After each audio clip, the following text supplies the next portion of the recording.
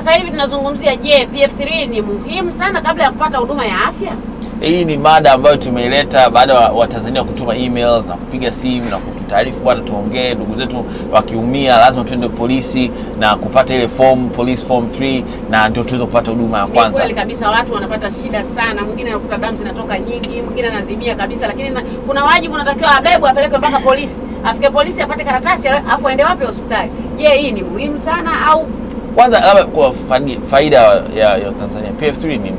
Ni fomu maalum ambayo inatolewa polisi kwa ajili ya matatizo mbalimbali. Mtu kwa mfano akipata madhara ya majeraha mbalimbali ambayo hayo yatakayoweza kumsaidia kutibiwa hospitali na uchunguzi mwingine ukienda kuendelea katika swala lake zima la tukio lake lililoweza kutokea. Waliweka ile fomu PF3 tuseme anapewa mtu aliyepata ajali, labda amepigwa na majambazi, amejeruhiwa, kwa hiyo lazima akaripoti polisi kabla ya kwenda hospitalini. Ili kesi iwe imepokelewa pale polisi, anapewa PF3 ili ikamsaidia katika matibabu huko hospitalini, apokelewe kirahisi. Issue ya kusema kwamba kwa nini inatolewa polisi, polisi ni taasisi pekee inayodili na issue za kesi. Ndio issue. Kwa hiyo hakuna mahali pengine unapoweza kwenda kuandikisha kesi yako alafu ikashughulikiwa. Mimi nilipata ajali ya kidole, katika kidole. Unakiona hichi kidole hichi? Hichi kidole. Mpaka leo mimi naitwa jina kidole hivyo hivyo. Wanakuita kidole? Pole kaka. Ilibidi nibadilishe. Lakini sasa wakati nilipopata ajali hii, mimi nimechukuliwa nipelekwe hospitali ya Bombo. Kule wakaniambia hatukupokei mpaka upate PF3. Hapo damu huko kwenye maumivu. Yaani ni kwamba niko katika hali mbaya kwa kweli. Huku na huku, baadaye wakaja kunipokea bila PF3 hospitali. Baada ya kuona sasa hali inakuwa mbaya. Na umbali wa hapo ulikotoka mpaka kwenye kama kilomita 4 kutoka nani? Kwa sababu nilikuwa Former Gold. Na ulienda kwa gari au kwa basikeli? Nilipelekwa na gari lakini ni lori. Sasa hivi kuchukulia, nimefika hospitali.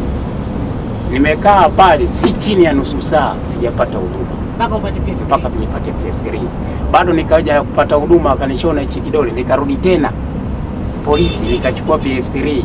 Mimi najua PF3 itanikuja kunisaidia baadaye, kwamba nitakuja kufungua kesi, nitapata kidogo walau kunilipa. Waindi hawa sio watu, hawakusaidia lolote. Kwa hiyo wakakulipa baadaye au ilikuwa? Sijalipwa mpaka leo hii. Kwa hiyo mimi naona PF3 kwa sisi watu wa chini bado inakuwa haisaidii lolote. Mimi hapa ni PF3 ni nzuri, ni kweli inasaidia vizuri, ila kwenye mtu anapopata majeraha inakuwa ni sio nzuri. Mfano kama mtu anatoka kijijini, kituo cha polisi, unaona kama unajua kijijini kituo cha polisi kiko mbali, mpaka afike wakati pale kijijini kituo cha huduma kipo, lakini anatakiwa aende kwenye kituo cha polisi kwanza afu arudi aingie hospitali. Huyo mtu atakuwa yupo kwenye hali mbaya zaidi. Lakini upande mwingine PF3 imewekwa kwa ajili ya kuzuia uhalifu, labda jambazi limeua au ni kweli inasaidia. Ila mimi nilikuwa na shauri kwamba kwenye hospitali daktari yule ndo anatakiwa atoe kila kitu, kwamba mimi na huyu, yani kwamba huyu mtu kafika, kwa wewe unatoa maelezo kwamba huyu mtu kafika kafanya nini, yani kaumia katika mazingira gani. Sasa utajuaje? Labda mtu kapigwa mkuki huko kauchomoa akasema ameangukiwa na daktari. Wewe si ndio utajua kwamba huyu mtu kaumia na nini, kama ni mkuki kachomwa na nini. Wewe si daktari, si ndio utajua kwamba huyu mtu kachomwa na mkuki. Baada hapo sasa daktari yule ndo anatakiwa apeleke vielelezo vyake polisi kwamba huyu mtu kuna rushwa siku hizi. Ni kweli kama unavyoongea ni sawa. Hata hospitali kwenyewe ukienda kuna hali mbaya, una hali mbaya, wanaweza kucheleweshea makusudi tu mradi utoe chochote. Na hata ukiona PF3 au kama hauna, mimi umeenda polisi sasa kuifuata ile PF3. Polisi kwenyewe kuipata kwenyewe unawezekana ukaambiwa kwanza lazima uulizwe maswali. Unawezekana ukaambiwa bwana, hapa karatasi zimetuishia, hebu kanunue pale karatasi ya shilingi 20 kwanza tukuandikie. Kwanza ni lazima uulizwe maswali. Kafanya nini? Huku ukiwa mgonjwa unaambiwa kanunue karatasi pale ya shilingi 20. Uje tukuandikie mara moja. Unavuja. Unavuja kweli damu yani. Na kwa sababu sasa unapata majeraha, jambo la kwanza kabisa unafikiria wewe sio PF3, kwenda hospitali ili damu ile nani. Na kwa sababu daktari anafahamu kwamba sheria iko hivi. yeye naye kwa kuikana rushwa anakwambia enda kachukue PF3 akijua kwamba utamwomba. Ndipo naambiwa na bwana kamata shilingi 10,000 tumalizane nitibie. Kwa hiyo kuwepo kwa PF3 ni sawa, isipokuwa matumizi yake ndio sasa kwa watu wanafanya uhuni. Wakati wa kucheka na kuona mambo ya Bibi Kiroboti amefika. Bibi ana nini leo kwenye kona yake? Dala nana moka ise tulia joja kitogeza so tupate.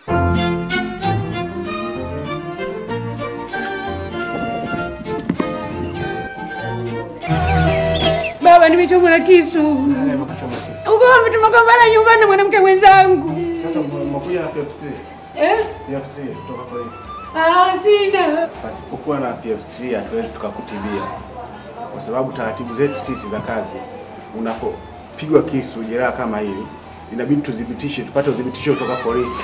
Baba, naomba nisaidie kwanza. Hatuwezi kwa sababu mkono wangu unaondoka, mkono wangu mimi. Unaingia kwenye makosa sisi. Polisi watanikuta hapa baba, wewe tena tukakutana. Inabidi uende polisi kwanza ukachukue PF3 ndipo tutakutibia. Nesi, naomba niombe kwa daktari nitibie. Ukweli ni kwamba usipoenda Nyuzi za kitaa hata nyuzi za masuperstar kila kona tapita chakita kwa barisha tu. Wewe yule yeye wote so sit back relax kwenye idara. Tumefurahi na Bibi Kiroboti, sasa mada inaendelea. PF3 ni muhimu kuwepo kwa sababu unakufahamu masuala ya uhalifu mwingi hapa nchini. Kwa hiyo unakuta kwa mfano hapa miaka ya nyuma kulikuwa na ujambazi ulitokea hapa Ubungo. Lakini kwa kupitia benki, umeona? Kwa kupitia PF3 watu wengi waliweza kukamatwa kwa sababu walishindwa kwenda hospitalini na wengine walikwenda katika hospitali kwa kujificha, na serikali ilitangaza mtu msimpokee mgonjwa aina yoyote. Umeona? Pasipokuwa na PF3 kwa sababu walishambuliwa na risasi. Umeona? Kwa hiyo wakajificha, kona haiwezekani. Walivyokwenda bwana lete PF3 sina. Pigiwa simu bwana kuna mtu hapa amekuja bila PF3 ana jeraha. Kuonekana kule ni miongoni mwa wale ambao walifanya nini? Walikuwa katika mfumo ule. Umeona? Kwa hiyo PF3 ni muhimu kuwepo, lakini tatizo kubwa tunakuwa sisi wa Tanzania vile vile. Tunapopata majeraha ni kweli tunatupasa kwanza tuende kwanza polisi. Kwa mfano tumepata ajali. Ajali ikipata lazima kwanza upitie kwanza polisi and then hospitalini. Na kama ikitokea ajali kwa mfano kama hapa Jangwani limetokea ajali. Hapa anakimbizwa moja kwa moja wapi Muhimbili. Muhimbili imetokea ajali Jangwani. Umeona? Sasa imetokea ajali Jangwani wamekuja watu zaidi ya 4 au zaidi ya 5, hawawezi kusema rudini mkachukua PF3. Wanawafanyeni kwanza huduma ya kwanza, baadaye wanapewa huduma ile ya PF3. Imeshatokea hiyo watu 5 Sasa unasema iwepo au isiwepo? Lazima iwepo PF3 kwa ajili ya usalama zaidi. Iwepo kama kawaida, ila naona kuna haja ya kubadilishwa wewe unapopatikana. Naona PF3 zingekuwa zinatolewa hospitali kwenyewe. Pale awepo askari ambaye anakuepo pale. Askari hospitali. Polisi pale reception. Angalia huyu kweli ili tatizo hili linawezekana kweli anamwandikia pale. Kama akiliona na wasiwasi anamuita dokta. Ni hospitali zinazotaka PF3 sana za serikali, za watu binafsi au hospitali za aina. Swali nzuri sana hilo. Watu wanaotolea za watu binafsi haulizi. Hizi ni za serikali. Na ninachoamini kwamba mtu yote ambaye amepata majeraha anapewa special treatment care.